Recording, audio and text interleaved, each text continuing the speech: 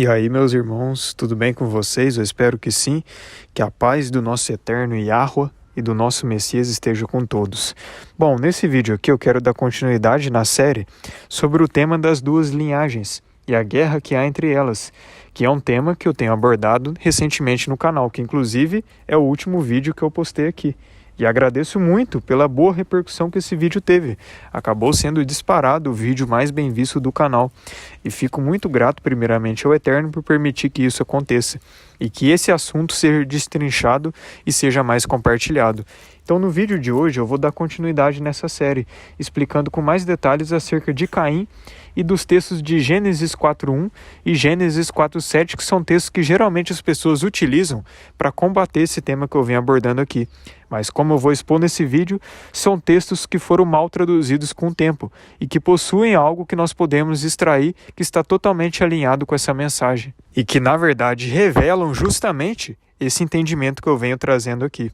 E claro, também não poderia deixar de mencionar o meu profundo agradecimento de gratidão a todos os irmãos que me ajudaram, que ajudaram a minha família e que contribuíram para que o Miguel nascesse com muita saúde. Agradeço de coração, meus irmãos, por tudo que vocês fizeram. A todos os irmãos que tiraram tempo aí, oraram pela nossa família, pelas nossas vidas, e aos irmãos que até contribuíram financeiramente para que a gente pudesse ter o Miguel em um local mais seguro.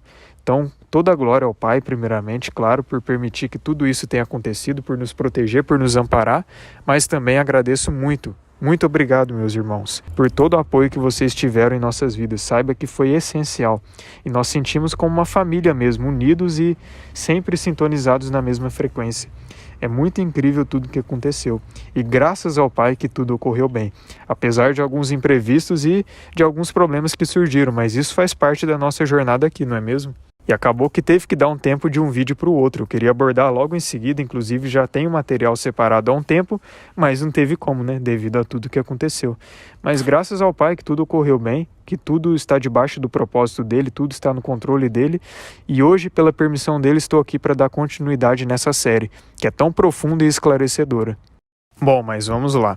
Primeiramente, eu recomendo que, a você que se interessa por esse tema, assista o primeiro vídeo que eu abordei no canal acerca desse assunto, das duas linhagens, da semente e da serpente. Pois vendo o primeiro vídeo, com certeza, se você ainda não se deparou com esse estudo, a sua mente vai se abrir. E nesse vídeo de hoje vai ficar muito mais fácil a sua compreensão, pois eu sei muito bem que muitas pessoas que rejeitam esse tema costumam utilizar o texto de Gênesis 4.1 para dizer que Caim é filho de Adão e fim de conversa, fim de papo. Não existe semente da serpente, não existe a guerra entre as duas linhagens, tudo é espiritual ou os nossos inimigos são apenas uma linhagem de cobras, literais. O problema é a pessoa se fechar completamente para esse tema que é tão profundo e esclarecedor, se baseando apenas em um texto da tradução em português. Porque se você seguir essa linha de pensamentos que basta um texto para você, em tese, refutar algum pensamento, ou para embasar alguma doutrina que você acredita, então, se baseando nas traduções em português, temos aí textos que favorecem a doutrina da Trindade, temos textos aí que favorecem outras doutrinas que não estão em harmonia com a cultura hebraica, com o entendimento que quem escreveu as Escrituras realmente quis passar, com a ótica hebraica, e não com essa ótica greco-romana presente no sistema religioso. Então nós temos sim muitas traduções tendenciosas na Bíblia, por isso que é importante investigar os originais e buscar compreender as Escrituras com a ótica de quem a escreveu, com o pensamento que eles tinham, com a cultura que eles tinham, que não era essa cultura atual que hoje nós temos. Mas então eu vou ler aqui esse texto de Gênesis 4.1 em várias traduções diferentes, em várias Bíblias diferentes, e mostrar como que realmente nas próprias traduções há uma variação que já muda o significado do contexto. Na Bíblia King James atualizada, em Gênesis 4.1 está escrito: Então Adão teve relações sexuais com Eva, sua mulher, ela concebeu e deu à luz a Caim e declarou: Com a ajuda do Senhor tive um filho homem. Na Almeida Corrigida Fiel está escrito: E conheceu Adão a Eva, sua mulher, e ela concebeu e deu à luz a Caim e disse: Alcancei do Senhor um homem. Percebe que nessa outra tradução não tem o termo com a ajuda do Senhor, mas simplesmente está escrito que Eva disse que alcançou do Senhor um homem? Na Bíblia Sagrada Online está escrito: Adão teve relações com Eva, sua mulher, e ela engravidou e deu à luz a Caim, e disse ela: com o auxílio do Senhor tive um filho homem. Veja que nessa tradução, mais uma vez, temos o termo com a ajuda do Senhor ou com o auxílio do Senhor. E agora, na João Ferreira de Almeida atualizada, está escrito: conheceu Adão a Eva, sua mulher, e ela concebeu e, tendo dado à luz a Caim, disse: alcancei do Senhor um varão. Então perceba que nessas 4 traduções diferentes, em 2 delas temos o termo com a ajuda ou com o auxílio do Senhor, enquanto que nas outras 2 traduções está escrito somente Eva dizendo que alcançou do Senhor, ou seja, do Criador, um homem, um varão. E a pergunta que fica é: qual dessas traduções que é mais fiel ao original em hebraico? Então vamos para o original em hebraico analisar como que esse texto realmente deveria ser traduzido? Como vocês podem ver na imagem, aí está o texto no original em hebraico. E ele deveria ser traduzido literalmente dessa forma: e Adão conheceu a Eva, sua mulher, e ela concebeu e deu à luz a Caim, e disse: alcancei um varão do Senhor. Outro termo que poderia ser colocado no lugar de do Senhor seria com o Senhor. Eva dizendo que alcançou um varão com o Senhor. Percebe que esse texto no original é um pouco confuso? É estranho essa exclamação de Eva, como se ela estivesse dizendo que teve um filho com o próprio Criador. Por isso que alguns estudiosos até interpretam que Eva estava pensando que, na verdade, havia gerado o Messias, e que ela estava ali enganada pensando que havia gerado o Messias, devido à promessa de Gênesis 3,15, já que a profecia de Gênesis 3,15 aponta para o Messias que viria da linhagem da mulher, que pisaria na cabeça da serpente. A exclamação de Eva nesse texto parece ela dizendo que teve um filho com o próprio Yahweh, com o próprio Criador, mas isso é no mínimo muito estranho, já que ela tinha total consciência da transgressão que havia cometido com Satanás e ainda mais com o nome que ela colocou sobre seu primeiro filho Caim, com significados bem macabros que depois eu vou expor aqui. E outra coisa que acaba gerando muita confusão que é importante esclarecer: o Messias não é fruto de uma união entre um ser espiritual e um ser humano, pois uma união entre um ser humano e um ser espiritual, aos olhos do Criador, é abominação. Vemos como exemplo Gênesis 6, quando os anjos desejaram as mulheres e coabitaram com elas. O resultado dessa união foi híbridos, foi néfilins, foram seres caídos, foram seres corruptos. Porque essa é uma proibição clara do nosso Criador, de não misturar as espécies. Ser espiritual se relaciona com ser espiritual. Ser humano se relaciona com ser humano. Portanto, o Messias não é fruto de uma união entre um ser espiritual e um ser humano, nem muito menos de uma união entre 2 seres humanos. Ele é fruto de uma união puramente espiritual. O que aconteceu ali no nascimento do Messias foi algo divino e inexplicável aos olhos humanos. E por mais que ele foi colocado no ventre de Maria, ele não foi fruto do sêmen ou do esperma de José, nem do óvulo de Maria. Ele foi fruto do Espírito Santo, da Ruach HaKodesh. E o nascimento dele não foi gerado por meio de um prazer meramente humano, nem muito menos por meio de uma abominação, que é a união de um ser espiritual com um ser humano. Por isso que vejo que não faz sentido algum Eva ter pensado que teve um filho com o próprio Criador e o fruto dessa relação ter sido o Messias, pois o Messias não pode ser fruto de uma relação dessa forma. Então não faz sentido Eva estar exclamando que teve um filho com o próprio Criador e que o fruto dessa relação teria sido o Messias. E outra situação estranha nesse texto é o porquê de Eva ter agradecido ao Criador por ter gerado um filho, sendo que essa era uma ordem natural de uma relação e gravidez. E também por que com seus outros filhos, Abel e Sete, ela não fez o mesmo? Por que ela só agradeceu de ter gerado Caim e não agradeceu de ter gerado Abel ou Sete? Mesmo que no original do hebraico não tenha esse termo, com a ajuda ou com o auxílio do Senhor, como é traduzido em muitas Bíblias, qual é o sentido de Eva ter agradecido ao próprio Criador por ele ajudar ela a conceber um filho? O que aconteceu para que o Criador tivesse que ajudar ela a conceber a Caim? Então veja que esse texto precisa ser analisado com mais profundidade e ainda pegando todo o contexto da história para não gerar nenhuma confusão, para não gerar nenhuma doutrina que é contra o que as Escrituras nesse contexto realmente quer dizer. E você sabia que em traduções mais antigas desse texto ele era traduzido de uma forma diferente? Então veja só como que ele era traduzido em algumas traduções no passado. Na Hexapla de Orígenes, que é uma obra do século III d.C., foi colocado nela suas próprias traduções, grega, do hebraico, do latim, e várias outras traduções gregas existentes da Bíblia lado a lado em colunas. E nessa hexapla é mostrado muitas leituras variantes nas versões gregas de Gênesis 4:1, que ajudam a elucidar os problemas que os primeiros tradutores tiveram com este versículo.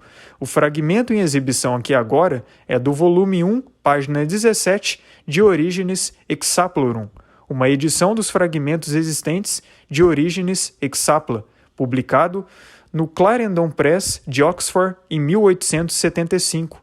E aqui agora é mostrado as várias traduções de parte do texto de Gênesis 4:1 para o grego, traduzindo as várias interpretações gregas do hebraico para o inglês e aqui agora para o português, encontramos as seguintes leituras. Em primeiro no latim, eu tenho um homem para ajudar o Senhor. Agora olha só como que estão as traduções gregas. A primeira leitura grega, adquiri um homem com Deus. Nesse caso, nesse texto, o artigo definido indica o Deus ou um Deus particular. Na segunda leitura grega está traduzido o seguinte, através do hebraico e do siríaco. Adquiri um homem com um Deus ou por um Deus. Percebe que o Deus nesse texto não é artigo definido como se costuma mencionar o Criador, mas sim um artigo indefinido, e o de Deus nesse texto é um D minúsculo, não indicando ou se referindo necessariamente ao Criador? Na segunda leitura grega está traduzido o seguinte, através do hebraico e do siríaco. Adquiri um homem com um Deus ou por um Deus.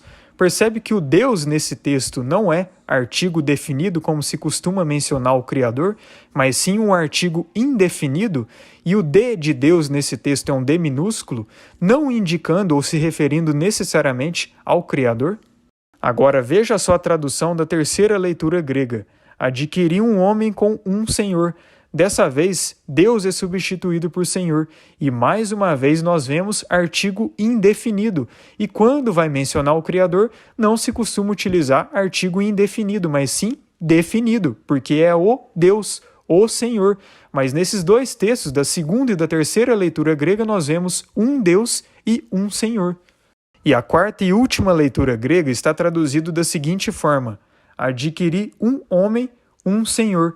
Dessa vez, na verdade, nem se refere a uma divindade específica, mas sim o foco desse texto é no homem que foi gerado. Olha só que interessante. Então, o que dá para se notar por meio dessa hexapla de Orígenes? Que esse texto de Gênesis 4:1 no passado era um texto muito difícil de ser traduzido, e nós vemos a complicação de muitos tradutores ao traduzir esse texto, muitas vezes se referindo ao Criador, ou em outras versões se referindo a um Deus ou um Senhor, que não é necessariamente o Criador, pois quando vai mencionar o Criador é utilizado artigo definido, mas como eu mostrei aqui, tem traduções que é utilizado o artigo indefinido, por isso que se refere a um Deus ou um Senhor. E aí eu pergunto, quem esses tradutores do passado realmente estavam se referindo? Ao Criador dos céus e da terra ou uma outra divindade específica? Porque se eles se referissem ao Criador, por que então eles utilizariam artigo indefinido? Será que eles tinham em mente outra divindade? Porque talvez eles tinham outro entendimento acerca desse texto, que querendo ou não com o tempo foi perdido? E para trazer ainda mais luz a esse texto, vou pegar aqui traduções ainda mais antigas que traziam um entendimento bem diferente do que hoje é colocado em nossas Bíblias. E olha só como que esse entendimento foi completamente ocultado por um tempo. E veja que isso realmente tem um interesse obscuro por trás, que depois eu quero explicar aqui o porquê disso, que eu já expliquei em partes no primeiro vídeo. E um livro que certamente traz muito mais luz a esse texto de Gênesis 4:1 são os Targums. E o que é o Targum, para deixar bem claro? Targum é basicamente os 5 primeiros livros da Bíblia, o Pentateuco da Bíblia, Gênesis, Êxodo, Levítico, Números e Deuteronômio, traduzidos do hebraico para o aramaico na época de Esdras e Neemias, na época do pós-exílio babilônico. Por quê? Porque naquela época, os hebreus que foram mandados em cativeiro para a Babilônia, eles perderam muito do idioma hebraico. Eles perderam a forma com que se era o idioma no passado. E acabou que, com o tempo, as gerações posteriores só falavam aramaico e muito pouco do hebraico.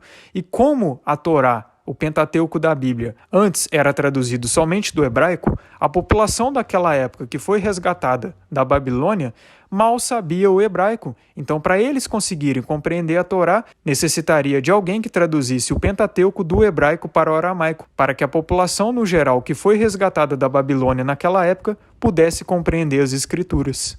E com isso, os sacerdotes da época fizeram esse trabalho, traduzindo a Torá do hebraico para o aramaico. E aí os sacerdotes conseguiam ler a Torá e a população que falava somente o aramaico e muito pouco do hebraico conseguia compreender. E além de se traduzir os textos do hebraico para o aramaico, os sacerdotes da época, em alguns textos, acrescentaram alguns comentários, de acordo com o entendimento acerca desses textos que eles tinham na época. Então, no Targum, além de ter as traduções, há também alguns comentários em cima de alguns textos, só mostrando o entendimento que os sacerdotes daquela época tinham, como, por exemplo, Esdras. E se você ler o capítulo de Neemias 8, dá para se ver a menção do Targum. Mesmo que não seja mencionada a palavra Targum aí, Esdras começou a ler a Torá para o povo daquela época. E quando ele leu a Torá por meio do aramaico, já que, como eu venho dizendo, a população mal entendia o hebraico. Então, naquele contexto de Neemias 8, ali ele já estava lendo o Targum, pois o Targum já existia naquela época.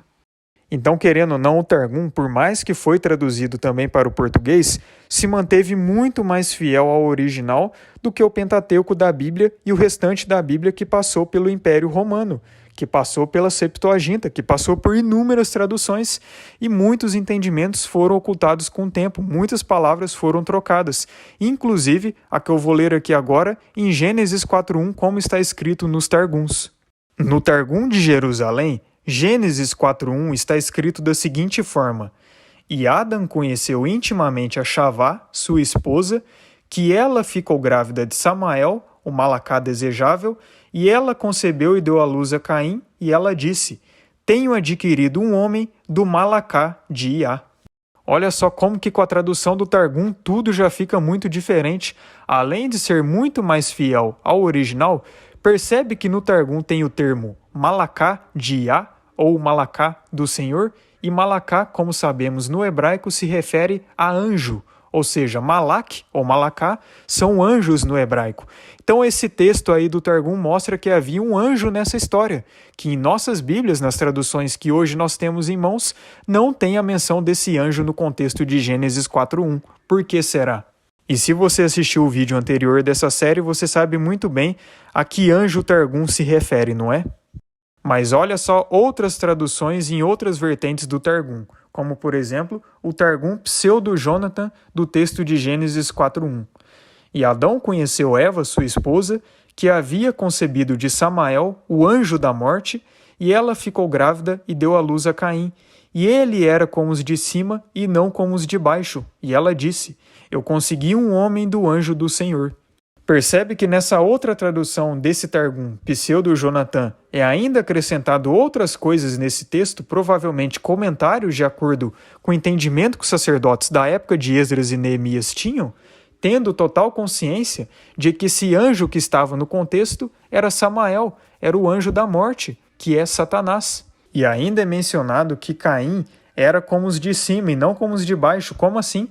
Porque Caim foi fruto de uma relação entre um anjo e uma mulher, ou seja, ele era metade anjo e metade humano, assim como os Néfilins do passado de Gênesis 6 também foram.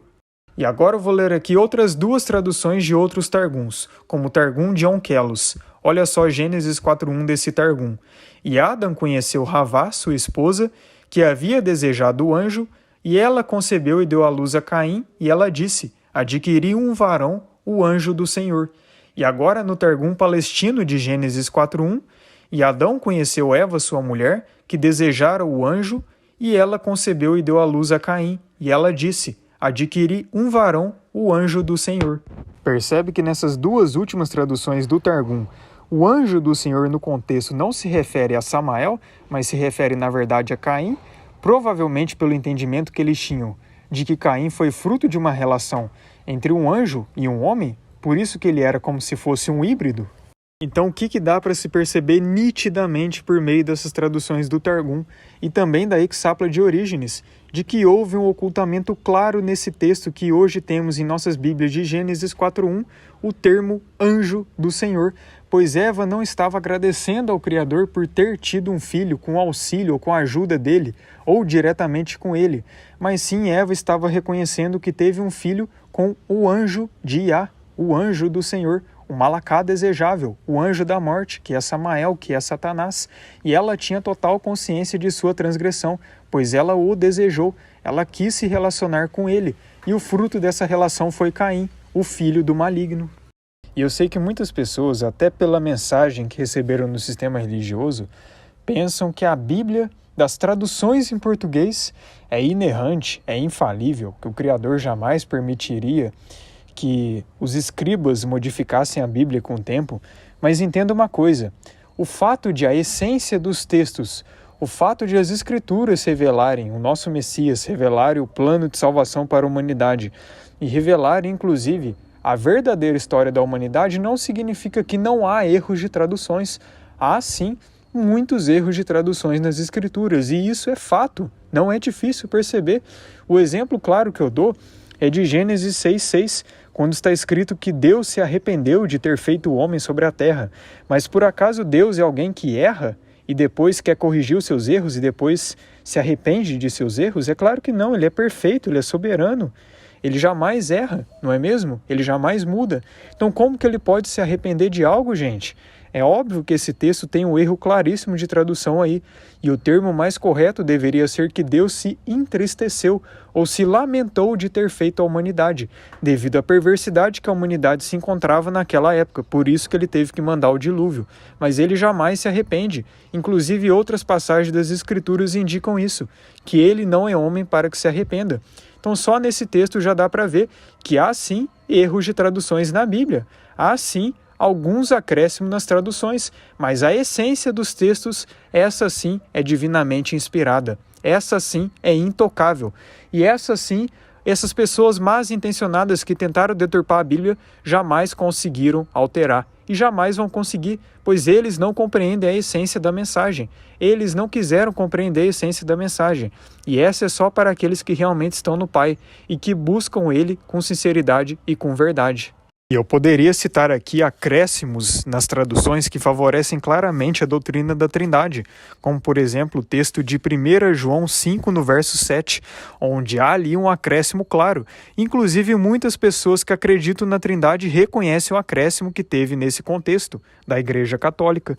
E também o texto de Mateus 28:19, onde relata o suposto batismo em nome da Trindade, Pai, Filho e Espírito Santo. Também é um texto que foi alterado, pois no original não era na Trindade. Tanto que em outras passagens de Atos nós vemos claramente o batismo em nome do Messias, e nessa passagem também era dessa forma. Mas eles quiseram acrescentar o batismo na Trindade para tentar favorecer a doutrina da Trindade, que foi uma doutrina acrescentada depois pela Igreja Católica, através dos concílios de Constantinopla e antes no concílio de Nicéia. Então, se há traduções errôneas, se há acréscimo nas traduções, há também ocultamento de algumas coisas.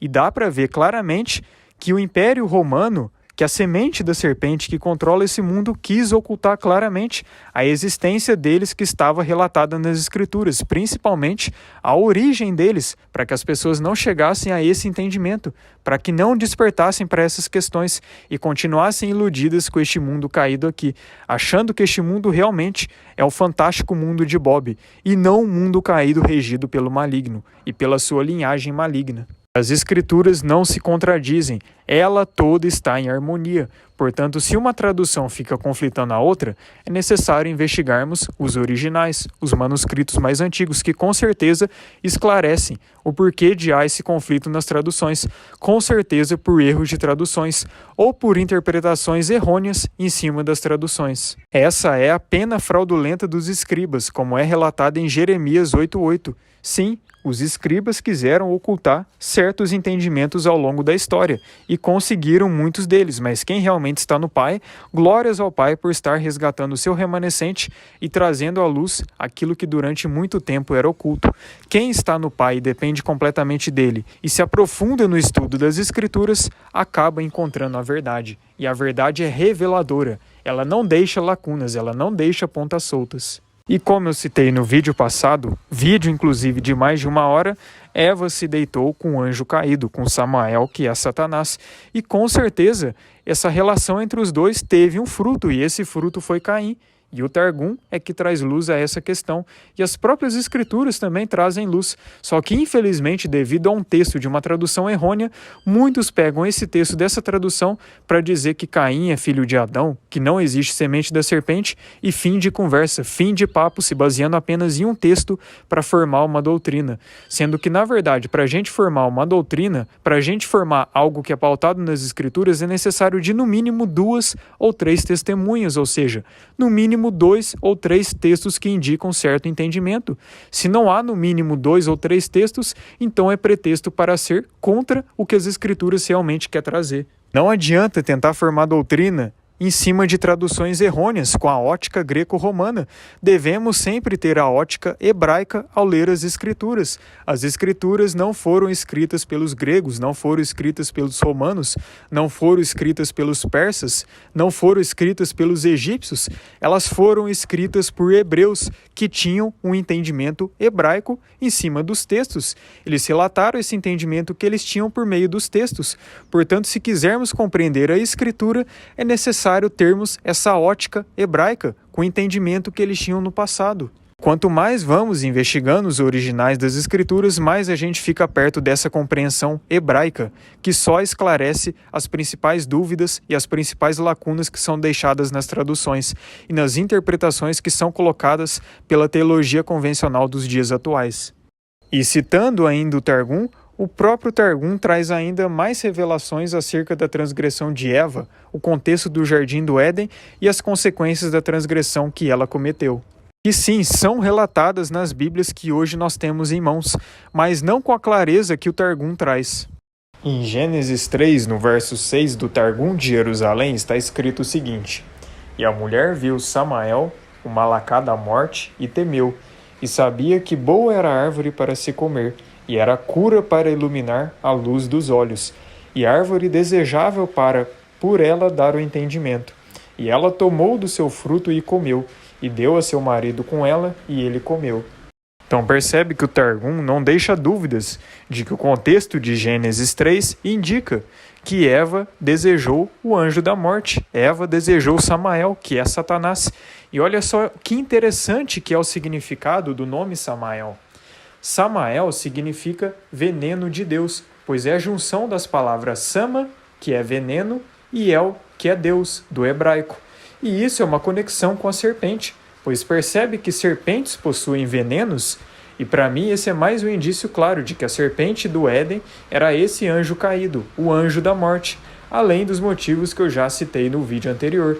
Até porque a própria Bíblia, em Apocalipse 12, 9 e Apocalipse 20, no verso 2, diz que Satanás é chamado de antiga serpente, a serpente que estava no Éden. E ainda no Targum de Jerusalém, perceba mais essa revelação que está em Gênesis 3, do verso 16 do Targum. A mulher disse: multiplicarei tuas aflições com sangue na virgindade e a tua gravidez.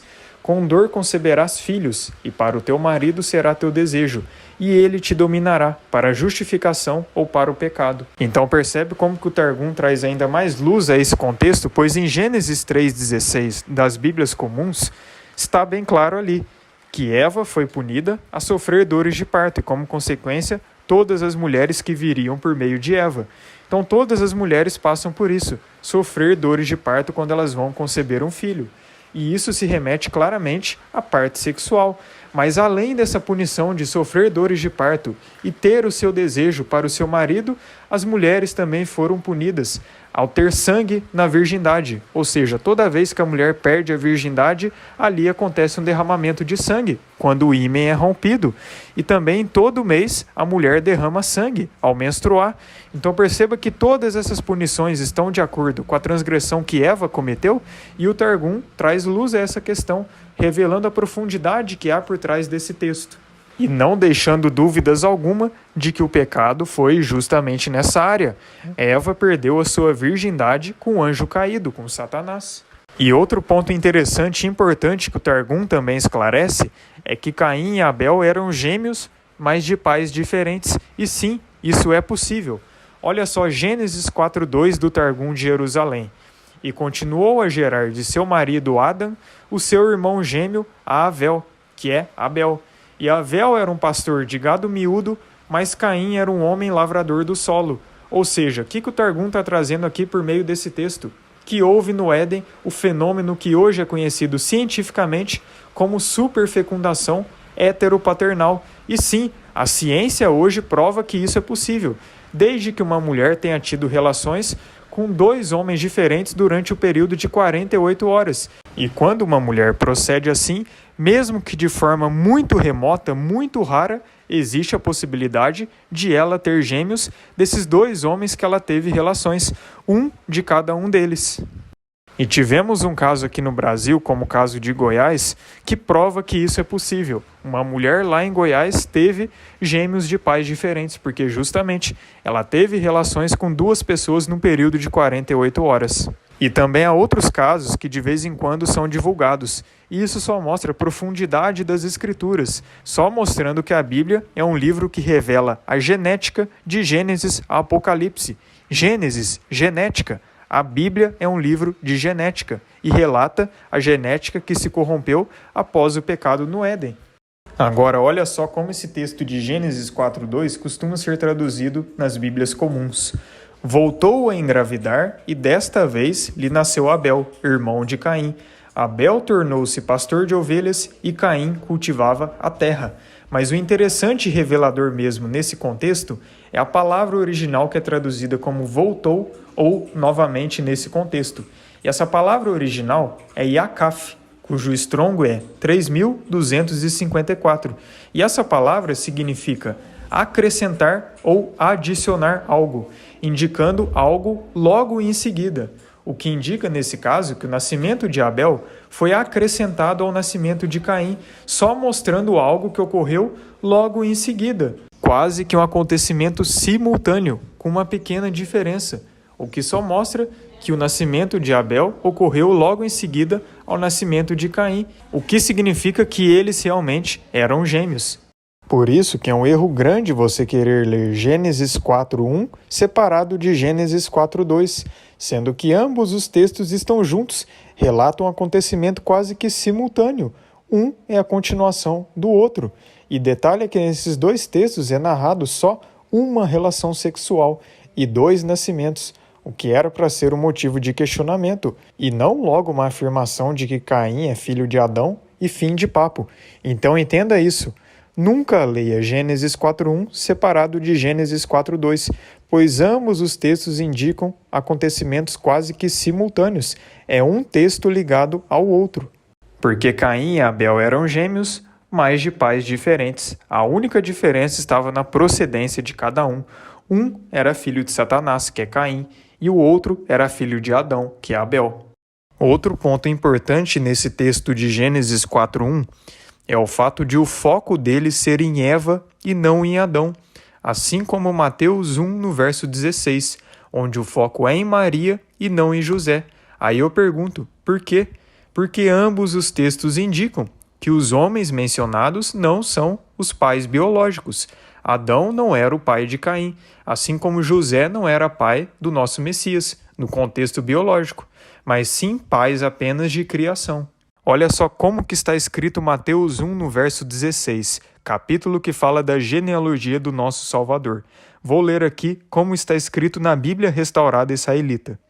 E Jacó gerou a Iosef, que era Gabrá comprometido com Miriam, da qual nasceu Yeshua, que se chama o Messias. Então é basicamente dizendo que Jacó gerou a José, que era marido de Maria, da qual nasceu Yeshua, que se chama o Messias. Perceba que o foco desse texto é totalmente na mulher, enquanto que nos versos anteriores de Mateus 1, o foco era nos homens, algo que não é nem um pouco comum na cultura hebraica, a não ser que indicasse justamente que o homem mencionado no contexto não fosse o pai biológico do filho. Agora, voltando para o texto de Gênesis 4:1, olha só que interessante como que ele está traduzido no espanhol e como que é semelhante ao texto de Mateus 1, no verso 16, da maneira que é escrita. Conoció Adán a su mujer Eva, la qual concebió y dio a luz a Caín, y dijo, por voluntad de Jehová, readquirido a varón. Gênesis 4:1, da Bíblia Reina Valera de 1960.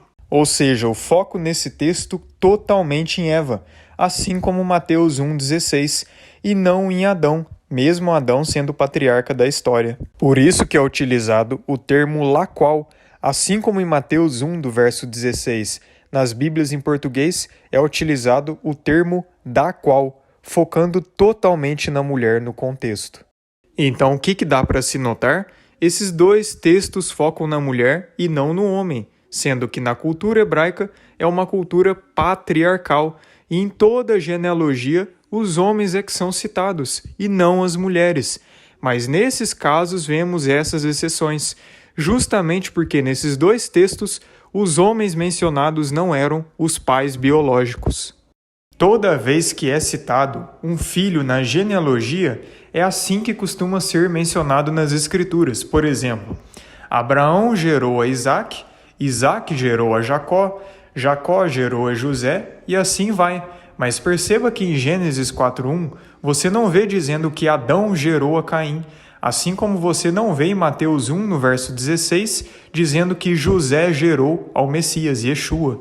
E outra, Gênesis 4:1 não é a genealogia de Adão, pois se você pesquisar na Bíblia, a genealogia de Adão só é citada depois, e você verá que Caim nunca é mencionado na genealogia de Adão. E a pergunta é, por que, se Caim supostamente era filho?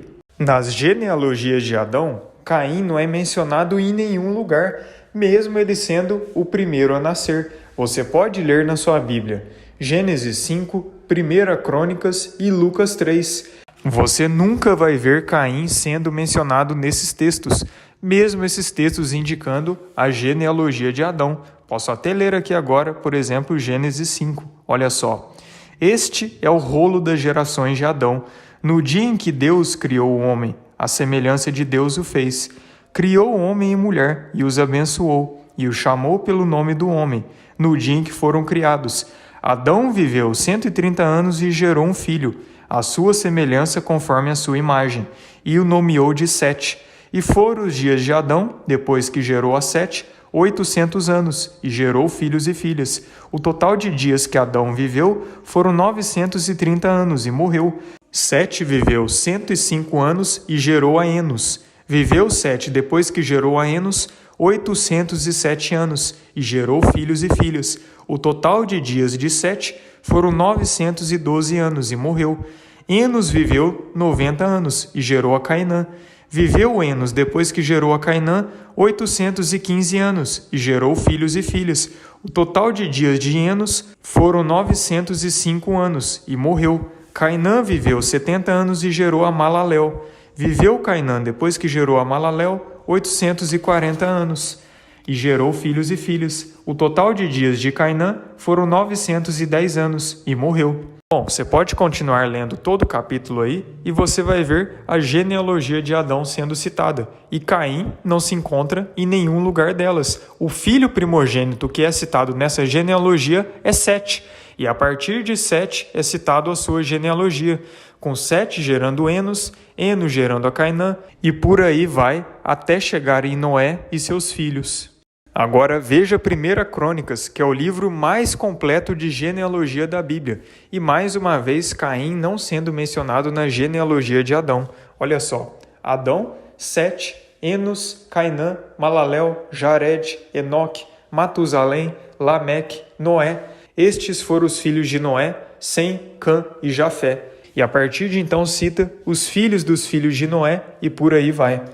E em Lucas 3, no verso 38, filho de Enos, filho de Sete, filho de Adão, filho de Deus. Mais uma vez, Sete sendo mencionado como o primogênito, e Caim, por algum motivo, não estando na genealogia de Adão. E entenda que, no mundo antigo, a genealogia sempre foi algo de extrema importância, ainda mais no mundo oriental e cultura hebraica, e eles jamais deixariam de fora alguém que era filho legítimo. Por isso que na Bíblia vemos a importância das genealogias, algo que infelizmente passa muito despercebido no sistema religioso. Os pastores, padres e líderes condicionam os fiéis a não darem valor e a não lerem as genealogias, por isso que acaba gerando muitas confusões. Mas as genealogias não estão à toa nas Escrituras, elas têm ali uma grande importância. E o argumento que alguns dão de por que Caim não é mencionado na genealogia de Adão é porque ele teria se tornado mau ou foi recusado pelo seu pai e por isso deixou de estar na genealogia. Mas espera aí, o fato de se tornar mau ou ser recusado anula o fato de ser filho legítimo se realmente o filho veio diretamente de você? E se essa explicação realmente fosse verdade, então na genealogia do nosso Messias, por exemplo, não poderíamos ter a menção de reis que realizaram obras terríveis, como Amon, Manassés, Acás ou Roboão, e eles são mencionados em Mateus 1, no verso 7, e depois em Mateus 1, no verso 9 e verso 10. E desses mencionados, que com certeza estão na lista dos piores reis que Israel já teve, tivemos casos onde eles jogaram seus filhos no fogo em homenagem a Moloque, ou seja, sacrificaram os seus próprios filhos, inclusive matavam várias pessoas a sangue frios, ergueram altares em homenagem a ídolos pagãos. Então foram pessoas que realizaram obras terríveis a nível de Caim e sua linhagem, mas nem por isso deixaram de ser mencionados na genealogia do nosso Messias. Mas apesar disso, tivemos alguns casos como o rei Manassés, que mesmo tendo realizado obras extremamente perversas, no final ele se arrependeu e reconheceu o Criador. Então, se tornar mal, como se esse fosse o caso de Caim, não anula o fato de ser filho, e não poderia ser um motivo para não ser mencionado na genealogia de seu pai. E outro argumento utilizado em cima dessa questão, que também não faz sentido, é que Caim não é mencionado na genealogia de Adão porque ele não fazia parte da linhagem da promessa, da qual viria o Messias, pois ela se iniciou com Sete. E ainda que Caim realmente não faça parte da genealogia do Messias, esse argumento não se sustenta, quando vemos, por exemplo, Ismael e Esaú sendo mencionados na genealogia de Abraão e Isaque, respectivamente, mesmo não sendo os filhos da promessa, que são, na verdade, Isaque e Jacó. 1 Crônicas 1, a partir do verso 28. Estes foram os filhos de Abraão, Isaque e Ismael, e foram estes os seus descendentes: Nebaiote, o primogênito de Ismael, Quedar, Adbeel, Mibzão, Misma, Dumá, Massá, Haddad, Temá, Getur, Nafis, Quedemá. Esses, portanto, foram os filhos de Ismael. E a partir agora do verso 34, Abraão gerou Isaque. Estes foram os filhos de Isaque, Esaú e Israel. Estes foram os filhos de Esaú, Elifaz, Reuel, Jeús, Jalão e Corá. Estes foram os filhos de Elifaz, Temã, Omar, Zefô, Gaetã e Kenaz, Tímina e Amaleque. Estes foram os filhos de Reuel, Naate, Zerá, Samá e Mizá, e assim em diante. Então, em 1 Crônicas, que é o livro mais completo de genealogia, Esaú e Ismael são citados na genealogia de Isaque e Abraão, respectivamente, mesmo ambos não sendo os filhos da promessa, mesmo eles não sendo da linhagem da promessa. Eles não deixaram de ser mencionados, porque eram filhos, e o próprio contexto que indica o nascimento deles mostram que eles realmente eram filhos legítimos, biológicos de seus pais, mesmo não sendo os filhos da promessa. Em Mateus 1, por exemplo, eles realmente não são mencionados, pois a linhagem relatada em Mateus 1 é a linhagem da promessa, da qual veio o Messias. Porém, em 1 Crônicas, como eu acabei de provar aqui, eles são citados. Já Caim nem em 1 Crônicas, que é o livro mais completo de genealogia na Bíblia, ele é mencionado. E outro detalhe crucial e irrefutável nas Escrituras envolvendo esse tema é que a genealogia de Caim é separada da genealogia de Adão. A genealogia de Caim é citada em Gênesis 4, a partir do verso 17, enquanto que a genealogia de Adão é mencionada a partir de Gênesis 5, ou seja, a genealogia de Caim na Bíblia é citada antes da genealogia de Adão. Quer indício mais claro de que ele realmente não era filho de Adão? Pois, como vimos aqui, Ismael e Esaú, mesmo não sendo os filhos da promessa, foram citados na genealogia de Abraão. Se Caim realmente fosse filho, então a genealogia dele jamais era para estar separada da genealogia de seu próprio pai, se realmente Adão fosse pai, e ainda mais vindo antes da genealogia de seu pai. E quando eu digo pai entre aspas, né? Pai só se for de criação, porque biológico, como estamos vendo aqui, realmente não era. Em Gênesis 5, vemos que os patriarcas, incluindo Adão, tiveram outros filhos e filhas, mas eles não são mencionados nas genealogias, pois de Adão até Noé é mencionado só o primogênito, mas Caim é mencionado na história bíblica, ao contrário dos outros filhos de Adão e Eva. Então esse é mais um indício de que ele não era filho, pois Caim estava na história bíblica, ele foi mencionado, e ainda sendo o primogênito de Eva. E outro argumento que não cola é que Caim não está na genealogia de Adão porque a sua descendência teria sido extinta no dilúvio, como alguns querem dizer, querendo justificar o porquê de Caim não estar na genealogia de Adão, mesmo sendo supostamente seu filho. Mas primeiro que isso não é verdade, e eu posso deixar essa explicação para o próximo vídeo, ou outro dessa série. E segundo que quem garante que outras figuras citadas na genealogia de Adão não tiveram suas estirpes extintas, e nem por isso deixaram de ser citados? Abel, sim, não é citado, porque ele realmente não teve filhos, não tem nenhuma menção nas Escrituras ou em qualquer outro lugar que ele deixou alguma descendência, pois foi morto por seu irmão antes de deixar qualquer genealogia. Mas Caim, sim, ele teve genealogia, e por sinal, ela dominou o mundo pré-diluviano. Então nenhuma dessas justificativas cola. E a resposta simples e clara de que por que Caim não é mencionado na genealogia de Adão é porque ele nunca foi filho de Adão. Caim era filho do próprio diabo, do próprio Satanás, que também era conhecido como Samael. E os hebreus no passado sempre valorizavam, e muito, as genealogias. E o fato de Caim não estar na genealogia de Adão, isso é muito sério, porque ele nunca foi filho, e as pessoas deveriam se atentar mais a isso.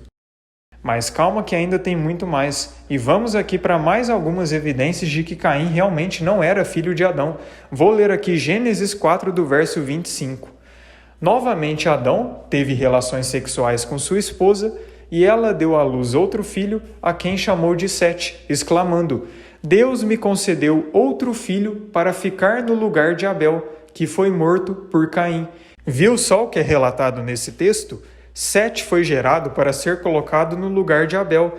E por que ele teve de ser colocado no lugar de Abel, se Caim ainda estava vivo? É simples, porque Caim não era filho, e foi necessário alguém para substituir Abel, que era o primogênito de Adão.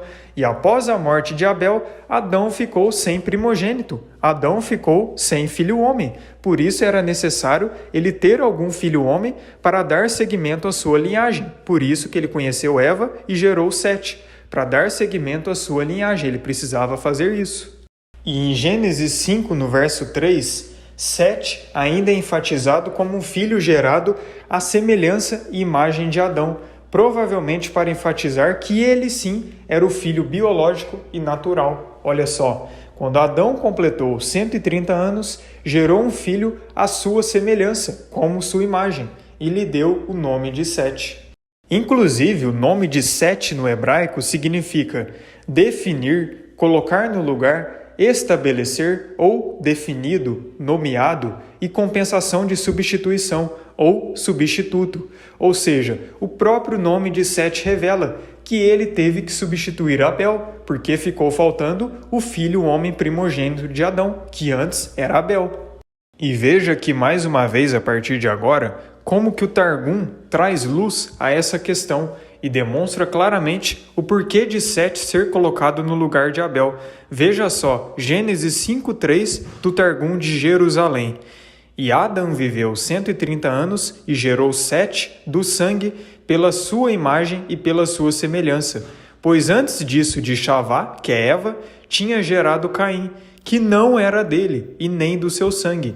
E Evel foi morto pela mão de Caim, e Caim foi expulso, e não é feita a genealogia da sua semente no livro da genealogia de Adão. E após isso foi gerado de seu sangue para ele, e ele o chamou o seu nome Sete. Então o que concluímos vendo essa menção do Targum? Que realmente isso é um fato irrefutável, que Caim era filho do diabo, e filho biológico, genético, literal, e não só espiritual como muitos dizem. Caim era a semente da serpente, citada em Gênesis 3,15, e o primeiro joio plantado neste mundo pelo maligno, como foi citado no vídeo anterior, na parábola do joio e do trigo. E é uma hipocrisia muito grande os que insistem em negar que Gênesis 3,15 trata-se de duas sementes literais, duas linhagens físicas e não somente espirituais, pois a palavra zera, nesse contexto de Gênesis 3,15, indica semente, linhagem, posteridade, prole, filhos, descendência. E ela se aplica claramente ao âmbito físico desta terra aqui. E outro erro de muitas pessoas, ao se basearem somente na tradução de Gênesis 4:1 e sem ler todo o contexto, é negar os textos anteriores e querer interpretar a Bíblia seguindo apenas uma ordem cronológica e linear o tempo todo, sendo que a interpretação hebraica, muitas vezes, apenas recapitula um acontecimento anterior, como, por exemplo, o caso de Gênesis 1 e Gênesis 2. Já vi pessoas dizendo que Gênesis 2 trata de uma criação diferente de Gênesis 1 e que, na verdade, seria outro tempo, uma outra criação. Só que não é esse o caso. Na verdade, Gênesis 2 apenas recapitula a criação de Gênesis 1, mas foca mais no dia sexto, onde o Criador criou os seres humanos, à sua imagem e semelhança. E em Gênesis 2 dá mais detalhes do que é relatado em partes em Gênesis 1. E assim é a interpretação no começo do capítulo de Gênesis 4, que está diretamente ligado aos textos de Gênesis 3, versos 6 e 7. Quando relata o pecado de Eva e posteriormente o pecado de Eva com Adão, com Eva deitando-se com Satanás, em Gênesis 3:6, ao tomar do fruto da árvore do conhecimento do bem e do mal, em Gênesis 3:7, ela oferecendo do fruto para o marido e depois se deitando com seu marido. Então, nesses dois versículos que é relatado as relações da qual geraram Caim e posteriormente Abel. E o capítulo de Gênesis 4 apenas recapitula esse acontecimento anterior e traz mais profundidade, como é o caso de Gênesis 2, recapitulando o que é relatado em Gênesis 1 e trazendo mais profundidade. Mas aí, claro, Gênesis 4 recapitula Gênesis 3 e depois dá continuidade na história, assim como Gênesis 2 recapitula Gênesis 1 e depois dá continuidade na história. A interpretação hebraica, a escrita hebraica muitas vezes é assim. É por isso que é um erro grande a pessoa querer ler a Bíblia de forma linear, como a gente é condicionado a ler, por exemplo, na cultura aqui nossa, o tempo todo. Sendo que, por exemplo, o livro de Apocalipse é um livro atemporal e não um livro que segue uma ordem cronológica. Então fica a dica aí para você conseguir entender a Bíblia de uma forma melhor. Não leia a Bíblia somente de forma linear e entenda que muitas vezes o que a Bíblia abrange é atemporal. E ainda mais sobre Caim agora, veja como o nome dele esclarece quem ele realmente era e do que ele foi fruto. Lembrando que o nome na cultura hebraica tem extrema importância e indica fama, caráter ou reputação de alguma pessoa. E as pessoas recebiam seus nomes de acordo com quem eram e de acordo com as suas missões. Então Caim é um nome de origem hebraica, que provavelmente surgiu da palavra Caim, que significa lança. Outra possibilidade é que esse nome tenha uma associação com o termo cana, que significa obter, adquirir, possuir ou possessão. E ainda também temos outras possibilidades como derivação do termo kim, que significa ferreiro. E isso está conectado até ao fato de a descendência de Caim sempre ser responsável pela produção de ferro e altas tecnologias no mundo antigo, como é o caso de Tubal-Caim, que era altamente responsável por essa área, como é relatado em Gênesis 4, no verso 22, que inclusive é uma figura extremamente homenageada na maçonaria. E lembrando que a genealogia de Caim representa o DNA corrompido, que é o ferro, e ferro é a aversão ao barro, do qual nós, seres humanos, fomos feitos. E as elites da linhagem de Caim querem unir o barro com o ferro, que é tecnologia, formando o transhumanismo, o homem metade máquina e metade humano, para a implementação da marca da besta. Então, o que a linhagem de Caim mais busca é fazer com que a humanidade tenha o DNA tão corrompido como o DNA deles. Por isso que é muito sério a gente ficar bem atento com as soluções que o sistema apresenta e recusar todas elas porque elas só querem levar as pessoas ao engano. Mas continuando do nome, outra possibilidade é que Caim deriva do verbo caná, cujo estrongo é 7065, que significa enciumar-se ou invejar-se. E esse verbo caná deriva da palavra quina, strong 7068, que é ciúmes ou inveja. E aí eu pergunto, por que Caim é associado a ciúmes ou inveja? E a quem ele provocaria isso? Ou representa o fato de ter tido ciúmes de seu irmão Abel? E por que ciúmes dele? Entende? Por que Caim é associado a essas palavras? Mas além disso, também existe a possibilidade de Caim derivar da palavra kun, strong 6.969, que significa prantear, lamentar-se, canto fúnebre ou canto de lamento. Então perceba que todos os nomes dos quais a palavra Caim é derivada têm significados ruins. E aí eu pergunto, por que uma mãe colocaria um nome no seu filho com significados tão macabros assim, sendo ele o seu próprio filho? É simples, porque Caim era filho do diabo e fruto da relação entre o diabo e Eva, o anjo da morte e Eva. E ela sabia muito bem disso. Por isso ela não está agradecendo o Criador em Gênesis 4:1, como algumas pessoas querem titular. Pois qual é o sentido de agradecer ao Criador e colocar um nome maldito desse? Ela apenas estava reconhecendo nesse texto qual era a procedência de seu filho, mas o termo anjo de Yah, ou anjo do Senhor, foi retirado desse contexto nas traduções. E ainda que ela estivesse supostamente agradecendo ao Criador, o único sentido seria ela agradecer ao Criador por permitir que Caim nascesse junto com Abel, até pelas profecias de Gênesis 3,15 e a parábola do joio e do trigo, onde é mencionado que se o joio fosse arrancado, o trigo também seria afetado, ou seja, se Caim fosse retirado, Abel também seria retirado, Abel também não nasceria. Então o Criador queria sim que ambos nascessem e ambos demonstrassem os seus frutos. E Eva, vendo isso, teria supostamente agradecido ao Criador. Esse é o único sentido de ela agradecer por algo, porque não tinha nada de bom na procedência do nascimento de Caim. As Escrituras testificam de forma bem explícita de quem Caim realmente era filho. Olha só 1 João 3, no verso 12. E não sejamos como Caim, que era do maligno, e assassinou seu irmão. E por que o matou? Porque suas obras eram más, e as de seu irmão eram justas. E perceba que nesse texto, ao relatar que Caim era do maligno, isso bate exatamente com a parábola do joio e do trigo, com o joio sendo plantado pelo maligno e representando os filhos do maligno nessa terra, e Caim sendo o primeiro deles. E o contexto de 1 João, no capítulo 3, a partir do verso 7, demonstra filhos de Deus e filhos do diabo. E as obras é que testificam quem realmente é filho do Criador e quem é filho do diabo. É claro que existem muitas pessoas que se tornam filhos do diabo pelas suas obras, por não se arrependerem, por se dedicarem constantemente à prática do pecado. Porém, como eu venho mencionando aqui nessa série, existem entre nós os filhos do diabo que nascem como filhos do diabo, devido ao que eles fizeram anteriormente, devido a eles terem escolhido Satanás durante a batalha nos céus. Esses são os que já nascem aqui como filhos do diabo. Esses são os chamados psicopatas, que nunca se arrependem, que nunca demonstram frutos de arrependimento, que não têm empatia por absolutamente ninguém e sempre demonstram suas inclinações para o mal. Eles vivem fazendo o mal e nunca fazem o bem e não querem fazer o bem. E o interessante é que nesse contexto de 1 João 3, não fala que Caim tornou-se do maligno porque ele se deixou levar pelas tentações, como se ele deixasse o mal tomar conta dele, como se ele não fosse maligno em essência, mas sim que ele era ou pertencia ao maligno, e isso indicava a sua essência.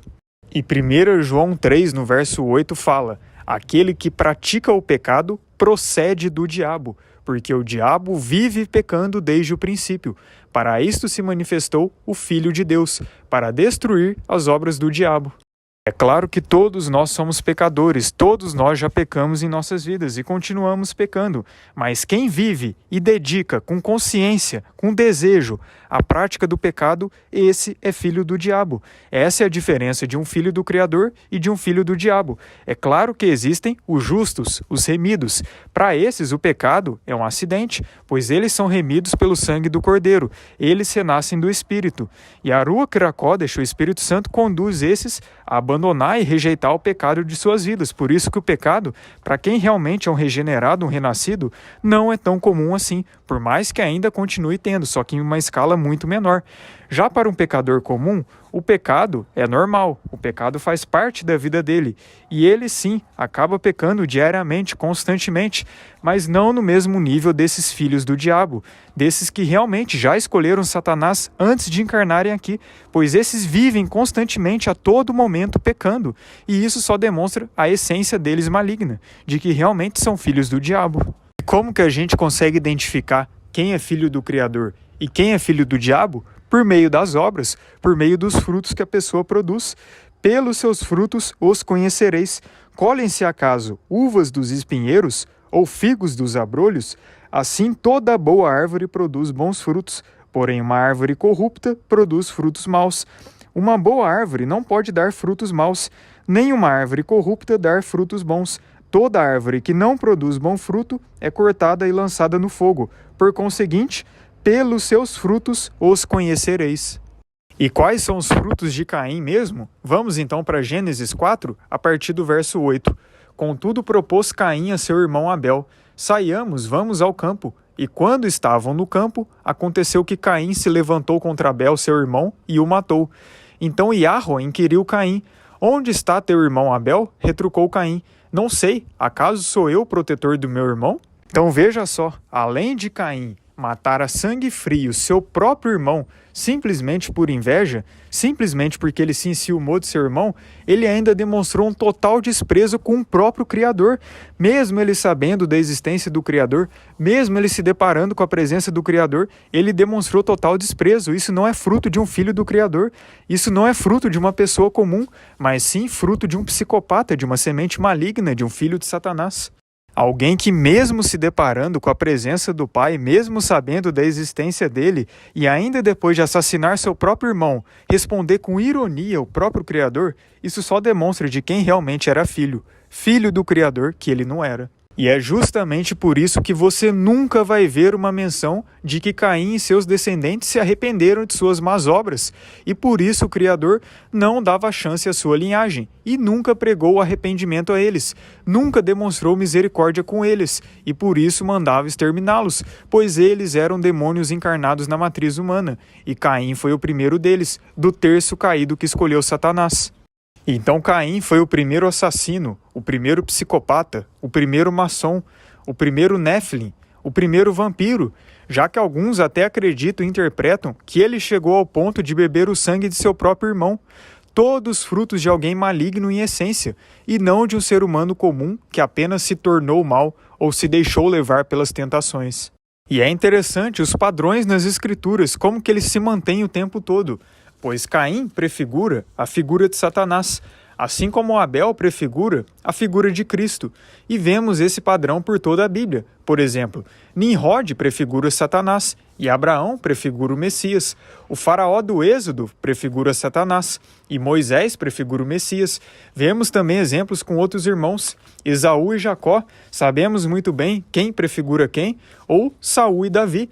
E tudo isso remete ao que houve nos céus, um padrão de primogenitura que sempre se manteve.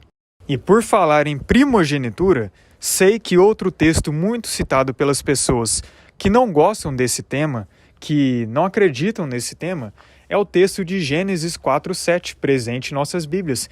Mas assim como o texto de Gênesis 4:1, esse texto de Gênesis 4:7 foi mal traduzido, e o sentido que ele realmente quer trazer, não que Caim poderia dominar o mal, ou que o Criador estava dando uma chance de arrependimento para ele, mas indica outra coisa, uma disputa por primogenitura, como eu venho mencionando aqui a partir de agora. E esse texto de Gênesis 4:7 é considerado por muitos estudiosos do hebraico como o texto das Escrituras, ou pelo menos um dos textos da Bíblia mais difíceis de serem traduzidos. Isso é um entendimento quase que predominante entre grande parte dos estudiosos do hebraico, e eles reconhecem sim que esse texto é extremamente difícil de ser traduzido, por isso que eles têm tanta dificuldade de traduzir, e por isso que temos tantas traduções errôneas desse texto, que no original não quer dizer o que é traduzido na grande maioria de nossas Bíblias. Veja bem como ele costuma ser traduzido. Gênesis 4, no verso 7. Se procederes bem, não é certo que serás aceito?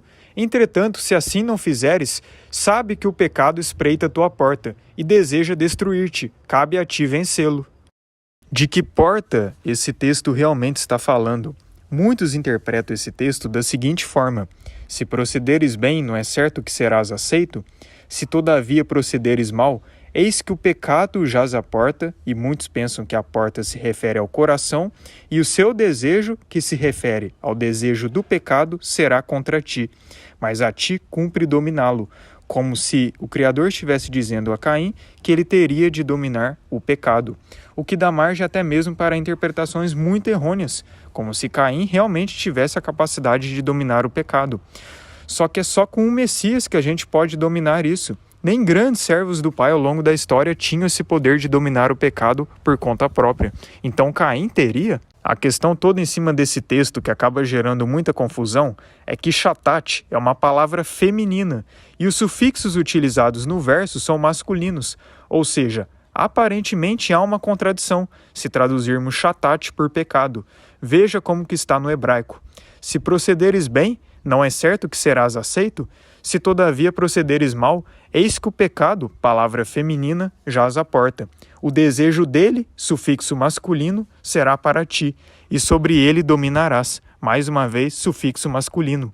Ou seja, o desejo dele e o dominarás nesse texto não se refere ao pecado, que é uma palavra feminina, mas sim a algo ou alguém masculino. Por isso que esse texto gera tantas interpretações contraditórias. E por ser um texto realmente difícil no hebraico, existem até estudiosos do hebraico que acreditam que Moisés teria errado na ortografia desse texto. Mas isso, pelo menos para mim, é um absurdo, se cremos que Moisés realmente estava escrevendo esse texto inspirado diretamente pelo Espírito do Criador.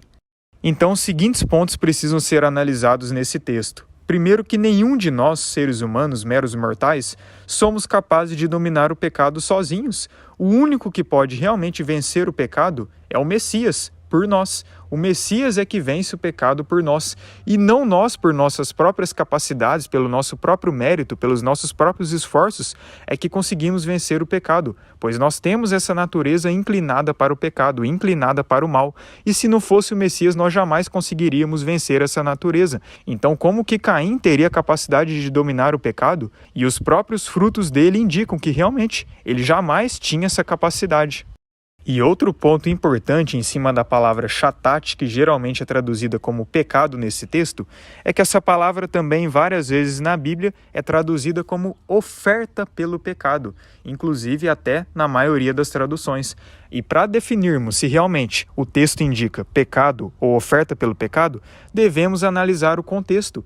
E quando vemos o contexto de Gênesis 4, o texto fala sim de ofertas pelo pecado, que tanto Caim quanto Abel apresentaram diante do Criador, tendo Caim a sua oferta pelo pecado rejeitada, enquanto que Abel teve a sua oferta pelo pecado aceita. Porque se esse texto realmente indicasse pecado e não oferta pelo pecado, então quem é esse ele mencionado no contexto, do qual o desejo e o domínio de Caim seria sobre ele, sendo que pecado, como venho dizendo, é uma palavra feminina no hebraico. Logo, há um erro grave de tradução que precisa ser revisto, mas se analisarmos todo esse contexto de Gênesis 4, precisaremos buscar o antecedente masculino mais próximo desse contexto, que é Abel, citado no verso 4. Logo, ele desse texto, do qual o desejo e o domínio de Caim seria sobre ele, não tem nada a ver com Shatat, que, como eu venho mencionando, é uma palavra feminina, mas sim com Abel, o irmão mais novo de Caim. E por que Abel? O que isso teria a ver com a história? Porque ao Criador aceitar Abel e rejeitar a Caim em relação às ofertas apresentadas, é como se Caim estivesse perdendo a sua primogenitura e Abel, seu irmão mais novo, estivesse herdando a primogenitura, que antes era de Caim. Então o que fez Caim se sentir ameaçado, ao ponto até de tirar a vida de seu irmão, é porque provavelmente Caim viu o seu irmão herdando a primogenitura, que antes pertencia a ele, e ao ele ver a sua primogenitura sendo perdida, ele decidiu tirar a vida de seu próprio irmão para continuar sendo o primogênito. Então, baseado nesse entendimento, vamos então a uma tradução mais correta do texto? Se procederes bem, não é certo que serás aceito? Se todavia procederes mal, eis que uma oferta pelo pecado, palavra feminina, jaz à porta, não do coração, mas sim do jardim, no lugar em que as ofertas pelo pecado eram oferecidas. O desejo dele, de Abel, que é o antecedente masculino mais próximo, será para ti, e sobre ele, Abel, você dominarás. Então, o que o Criador queria dizer para Caim? Que se Caim fizesse uma oferta pelo pecado coerente, do modo que o Criador pediu, o desejo de Abel seria para ele, outra vez, e Caim continuaria dominando Abel, no sentido de continuar sendo o primogênito da família, continuar sendo o primogênito desta terra aqui. Porém, ele não aceitou isso e decidiu tirar a vida de seu próprio irmão para continuar sendo primogênito, em vez de oferecer uma oferta coerente para o Criador. Então isso só demonstra o coração soberbo e maligno de Caim, que nem diante da presença do próprio Criador ele se prostrava. Sempre foi desobediente e rebelde com as coisas do Pai. Nunca quis agradar o Pai, mas quis apresentar uma oferta baseada nos seus próprios méritos e esforços, apresentando os frutos da terra, como se os frutos dele fossem dignos de serem aceitos, rejeitando conscientemente o sacrifício do cordeiro, já que Abel apresentou o primogênito de seu rebanho, apontando para o sacrifício do Messias, do qual ele sim aceitou e estava disposto a seguir. Mas Caim não. Caim desde sempre demonstrou um desprezo pelo sacrifício do Messias, um desprezo pelo Criador, um desprezo pelas coisas do Pai. Por isso que ele foi rejeitado.